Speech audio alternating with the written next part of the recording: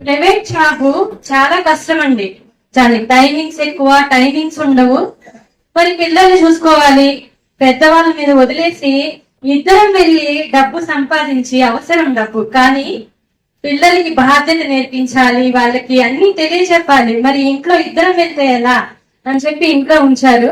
కానీ ఎవరైనా అడుగుతారు, మీరు చదువుకున్నారు కదా ఏం చేస్తారు, హౌస్ వైఫ్ అని చెప్తే ఓహో ఎంత చదువుకున్నా ఖాళీగా ఉంటున్నావా ఏమిటి మీరు చెప్పండి. ఇక్కడ వచ్చింది అందరూ గృహిణిలే. గృహిణికి ఎంత పని ఉంటుంది ఇంట్లో, కాదంటారా?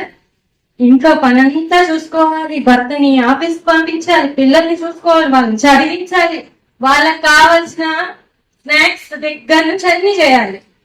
మరి ఇంకా ఎవరికి ఇంట్లో ఖాళీ ఉండేది?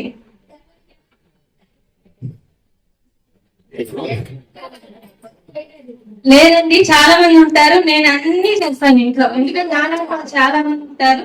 ఇంట్లో అన్ని స్నాక్స్ నేనే చేస్తాను, బయట ఎక్కడి నుంచి తెప్పించను. స్నాక్స్ హాట్ దగ్గర నుంచి స్వీట్ దాకా అన్ని చేస్తాను. కానీ నాలో ఏదో వెళుతుందండి, ఇంకా ఏదో చేయాలి, ఏదో నేర్చుకోవాలి. ఏం చేయాలి? హౌస్ వైఫ్ అనే మాట నాకు బాధేస్తూ ఉంటది. ఎంత కష్టమైనా మనం చేసేది మంచి పైన అయినా చాలా బాధేస్తుంది. ఈ భగవద్గీత నాకు గుర్తింపునిచ్చిందండి. నేను ఉపాధ్యాయుని ఇక్కడ. అసలు ఆ మాట నాకు ఎంత సంతోషాన్ని ఇచ్చిందంటే చాలా. ఇక ఇక్కడికి వచ్చి పిల్లలకి చెప్తున్నా కూడా ఇంకా తృప్తి లేదు, ఇంకా ఏదో చేయాలి.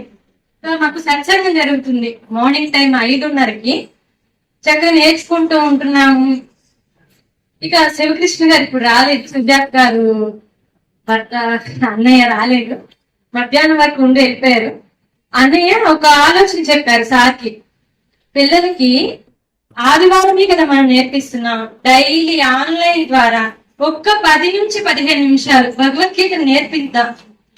ఎవరైనా ముందుకు వచ్చే వాళ్ళు ఉండమంటే ఇక్కడ నాకు బీజం పడిందండి. నేను నేర్పించాలి, భగవద్గీత చెప్పాలి.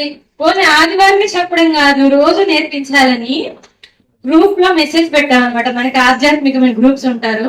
వెంటనే ఒక అన్నయ్య, మా సూపర్ సీనియర్ అనమాట, నేను చదువుకునేటప్పుడు చాలా వెంటనే స్పందించి వాళ్ళ పిల్లల్ని ఇచ్చి, ఇంకా చాలా మంది పిల్లల్ని ఇచ్చి 20 మందికి ఇప్పుడు ఆన్లైన్ క్లాస్ డైలీ ఒక 2-3 నెలల నుంచి నేర్పిస్తున్నాను. ఎంత తృప్తి అంటే నాకు చాలా ఆనందం అవుతుంది. వాళ్ళు ఒక్క శ్లోకం నేర్చుకొని నాకు చెప్పినప్పుడు ఆ రోజంతా నిద్రపోలేదండి.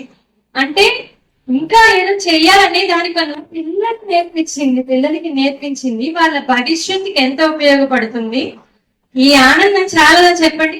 మనం నేర్చుకుంటే చాలదు, మనం పిల్లలకి చెప్పాలి. పిల్లల ద్వారా ఇంకెంత మందికో వెళ్తుంది. మన తోటి ఇంటి దగ్గర ఉండే వాళ్ళకి చెప్పాలి, కాదంటారా? మనం తెలుసుకున్న జ్ఞానాన్ని ఎంత మందికి నేర్పించిందే ఇక్కడ. నీవు ధన్యుడవయ్యి ఇతరులను ధన్యం. ఇది ఇక్కడ చెప్తూ ఉంటారు, కాదంటారా? మనం తెలుసుకుంటే మనం ఏం నేర్పిస్తాం ఇతరులకి? భగవద్గీతలో ఉన్నది చెప్పాలి, యథార్థం భగవద్గీతనే చెప్పాలి. ఎక్కడో ఎవరో చెప్పింది, ఎక్కడో వినింది చెప్పకూడదు. కృష్ణ పరమాత్మ స్వయంగా ఎక్కడ కూడా మీరు చూడండి, 700 శ్లోకాలు ఉంటాయి భగవద్గీతలో. ఎక్కడ కూడా కృష్ణ ఉవాచ ఉందా? ఇక్కడ పాలన చేసే వాళ్ళు ఎంతమంది ఉన్నారు? కాదా చెప్పండి. కృష్ణ ఉవాచ ఎక్కడ చెప్పారా? ఏం చెప్పారు? శ్రీ భగవాన్ ఉవాచ.